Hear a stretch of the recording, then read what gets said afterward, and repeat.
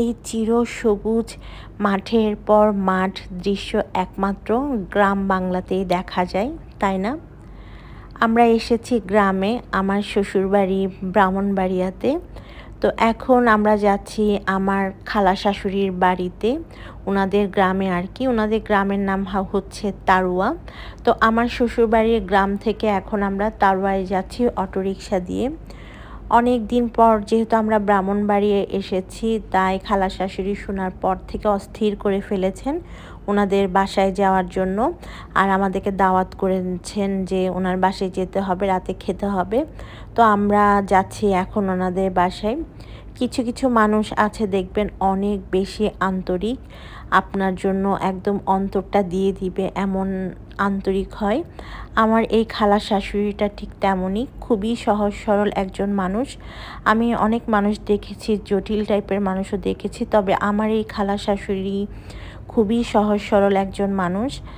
আল্লাহ ওনাকে নেক হায়াত দান করুক অনেক বছর পর্যন্ত, এটা আমি সবসময় দোয়া করি। কারণ এমন ভালো মানুষ আসলে চোখে পড়ে না, এত সহজ সরল মানুষ চোখে পড়ে না। তো আমরা ওনাদের গ্রামের কাছাকাছি চলে এসেছি। তো আমরা ব্রাহ্মণবাড়িয়ে আসার পর থেকে খালাম্মা ফোনের উপর ফোন দিয়ে অস্থির করে ফেলছিলেন কখন আমরা ওনাদের বাসায় যাব, কখন যাব। অবশেষে আমরা ওনাদের বাসায় চলেই এসেছি। আর আমি ফার্স্ট টাইম ওনার এই গ্রামের বাড়িতে এসেছি, এর আগে আমি আসিনি। আর ওনাদের গ্রামের বাড়িটা বেশ সুন্দরভাবে বানিয়েছে, অনেক সুন্দর। আমার কাছে অসম্ভব ভালো লেগেছে ওনাদের এই গ্রামের বাড়িটা। তো আসলে এখানে আসার পর, আমার খালা শাশুড়ির বাসায় আসার পর আর কি একটা শান্তি শান্তি অনুভব হচ্ছিল। হয়তো উনি আমার শাশুড়ি মায়ের আপন বোন দেখে কোনো ধরনের হেজিটেশন ছিল না, অন্যরকম একটা ভালো লাগা কাজ করছিল হয়তোবা। এই হচ্ছে আমার খালা শাশুড়ির বাড়ি, খুবই সুন্দরভাবে বাড়িটা করেছে। আমি আর আপনাদের ভাইয়া ফার্স্ট টাইম আসলাম ওনার এই নতুন বাড়ি করার পর, এত পছন্দ হয়েছে আমাদের ওনাদের বাড়িটা। তো অনেক বছর পর খালাম্মার সাথে দেখা হয়ে আমি তো ওনার সাথে গল্প করতে করতেই সময় পার করে দিয়েছিলাম। তো মোবাইলের কথা বা ভিডিও করার কথা আমার মনেই ছিল না। খালাম্মা যাওয়ার পর থেকে এক একটা খাবার এনে দিচ্ছিলেন আর খাওয়াচ্ছিলেন আমাদেরকে, মানে একটার পর একটা জিনিস আমরা খাচ্ছিলামই, কোনো বিরতিহীন মানে বিরতি ছিল না আর কি। তো আমরা খাওয়া দাওয়া নাস্তা করার পর এখন চলে এসেছি খালাম্মার মেয়ের বাড়িতে। এটাও কাছাকাছি, খুব দূরে না, মানে খালাম্মার বাসা থেকে হেঁটে গেলে 10 মিনিটের রাস্তা। ওখানে এখন আমরা এসেছি। এদের বাড়িটাও অনেক বেশি সুন্দর, খুব ভালো লেগেছে। বললাম না, ব্রাহ্মণবাড়িয়াতে প্রতিটা ঘরে ঘরে এরকম সুন্দর সুন্দর বাড়ি আছে। গ্রাম বলে কোনো কথা নেই, এখানে গ্রামের মধ্যেও অনেক সুন্দর সুন্দর বাড়ি। আর এদের বাড়িটাও অনেক বেশি সুন্দর, সম্পূর্ণ বাড়িটা বিশাল বড়, টাইলস করা, বেশ ভালো লেগেছে। আর সবচেয়ে বড় কথা হচ্ছে পরিষ্কার পরিচ্ছন্ন। আর আপার এই বাড়িটার কিচেনটা আমার কাছে বেশ ভালো লেগেছে, অনেক বড় একটা কিচেন ওনার। তো আমি সম্পূর্ণ বাড়িটা ঘুরে ঘুরে দেখেছি, আমার তো অসম্ভব ভালো লেগেছে। মনেই হয় না যে এটা গ্রামের মধ্যে আছি বা গ্রামের বাড়ি। আসলে ব্রাহ্মণবাড়িয়ে যেহেতু সবাই বিদেশে থাকে, যার কারণে সবার ঘরে ঘরেই এরকম বিল্ডিং আছে। তো ওনাদের বিল্ডিংটা এখন একতলা পর্যন্ত হয়েছে, আরও করবে সামনে। তো আমি সব রুমের টুকটাক ভিডিও করেছি। আমরা যখন ওনাদের বাসায় আসি তখন রাতের 9টা বেজে গিয়েছিল, এই আর কি। তো আমরা ওনাদের বাসায় কিছুক্ষণ থেকেছি, তারপর হচ্ছে খালাম্মার বাসায় চলে গিয়েছে, কারণ খালাম্মা আমাদের জন্য রাতের খাবারের আয়োজন করেছে। না খেয়ে তো কোনোভাবে যাওয়া যাবে না। আমরা আবার এখান থেকে আমার চাচি শাশুড়ির বাসায় চলে যাব, রাতে থাকবো ওখানে। যার কারণে আমরা হচ্ছে এখানে বেশ কিছুক্ষণ থেকেছি, খুব বেশি টাইম না, আধা ঘন্টার মতো আমার এই ননাসের বাড়িতে ছিলাম আর কি। তো ওনাদের বাড়িটা আমার কাছে বেশি পছন্দ হয়েছে। প্রতিটা ঘরে খুব সুন্দরভাবে সাজানো গুছানো, স্টিকার লাগানো ওয়ালের মধ্যে, মানে মনেই হচ্ছিল না যে আমি গ্রামে আছি বা গ্রামে থাকছি, এরকম আর কি। সুন্দর টাইলস করা, পরিষ্কার পরিচ্ছন্ন।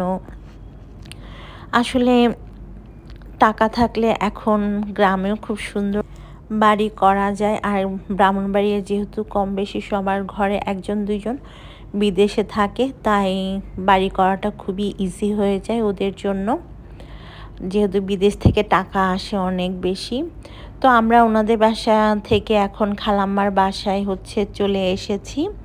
খালাম্মার বাসায় আসার পর খাওয়া দাওয়া করলাম, আর আমি খাওয়া দাওয়ার কোনো ভিডিওই করিনি, কারণ খালাম্মার সাথে গল্প করতে করতেই আমাদের সময় চলে গিয়েছে। আর এটা খালাম্মার ছেলের বউ। আর সবচেয়ে মজার ব্যাপার আমার বাড়িও চিটাগাং, আর খালাম্মার ছোট ছেলের বউয়ের বাড়িও চিটাগাং, মানে আমরা দুইজন চিটাগাংয়ের মানুষ আর কি। তো এখান থেকে আমি আমার একটা ভাগ্নের সাথে ভিডিও কলে কথা বলছিলাম, সেও যদিও বিদেশে থাকে। তো খাওয়া দাওয়ার পরে আমরা একটু পরে বের হয়ে যাব। যাওয়ার আগে আমার মনে পড়েছে যে আমি তো ভিডিও করিনি। তো খালাম্মা আমাদের জন্য রোস্ট, পোলাও, গরু মাংস, ডিম ভুনা, বুটের ডাল আরও অনেক কিছু রান্না করেছেন। তারপর খাওয়ার পর মিষ্টি, দই, মানে কি বলবো, খাওয়ার উপর দিয়েছিলাম আসার পর থেকে ওনাদের বাসায়। আসলে এত আন্তরিক মানুষজন হয়, ওনাদেরকে না দেখলে বোঝাই যায় না। সহজ সরল মানুষজন মনে হয় এমনই হয়ে থাকে। ওনার বাসায় আসলে এক ধরনের শান্তি অনুভব করি আমি। আমার কাছে অসম্ভব ভালো লাগে ওনাদের বাসায় আসলে। আর সবচেয়ে ভালো লাগে আন্তরিকতা জিনিসটা। দেখবেন আপনি যখন কোনো বাসায় যাবেন, সেই বাসার মানুষজন যদি আন্তরিক না হয়, আপনার আর সেই বাসায় যেতে একদমই ভালো লাগবে না। তো এখান থেকে আমরা আমার ননাসের বাসায় গিয়েছিলাম, ওনার হাজবেন্ড খেতে বসেছেন খালাম্মার বাসায়, পাশে ওনার নাতনিও আছেন। তো আমরা তো খাওয়া দাওয়া শেষ করে ফেলেছি, এখন আমরা চলে যাওয়ার আগে সবাই মিলে এখানে ফটোশ্যুট করছিলাম, ভিডিও করছিলাম। তো এখন আমার মনে পড়েছে যে ভিডিও করতে হবে। যখন খাওয়া দাওয়া করছিলাম একদমই মনে ছিল না ক্যামেরা অন করার কথা। তো আমরা অনেকক্ষণ বসে ছবি তুললাম, সবাই মিলে ভিডিও করেছি আমি টুকটাক এখান থেকে। তো এখন আমরা খালাম্মার বাসা থেকে বের হয়ে চলে যাব আমার চাচি শাশুড়ির বাসায় আর কি। ওখানে রাত থেকে আগামীকাল আমরা ঢাকায় চলে যাব। আলহামদুলিল্লাহ খালাম্মার বাসায় অনেক সুন্দর সময় কাটিয়েছি, সবার সাথে দেখা হয়ে খুব ভালো লেগেছে, মানে কি বলবো, সত্যি অনেক ভালো লেগেছে। তো এটা এর পরের দিনের দুপুর 12টার ভিডিও ক্লিপ আর কি। আমরা স্টেশনে চলে এসেছি, ট্রেনে আমরা ঢাকায় চলে যাব। তো এখন স্টেশনে অপেক্ষা করছি ট্রেনের জন্য, একটু পর হয়তো ট্রেন চলেও আসবে, তখন আমরা ট্রেনে করে ঢাকায় চলে যাব। তো ফাইনালি বাসায় চলে এসেছি। আর দুনিয়া যেখানেই যান না কেন, নিজের বাড়ির মতো শান্তি কোথাও নাই, এটা সবাই মানবেন আশা করি। তো আমিও এটা অবশ্যই মানি, কারণ বাসায় আসার পর যে একটা শান্তি লাগে, সেই শান্তিটা আমি কোথাও পাই না। তো এই 2 দিনে বাসার অবস্থা খুবই খারাপ। এখন বাসাটাকে গুছাবো। বিদায় নিচ্ছি আমি সবার কাছ থেকে।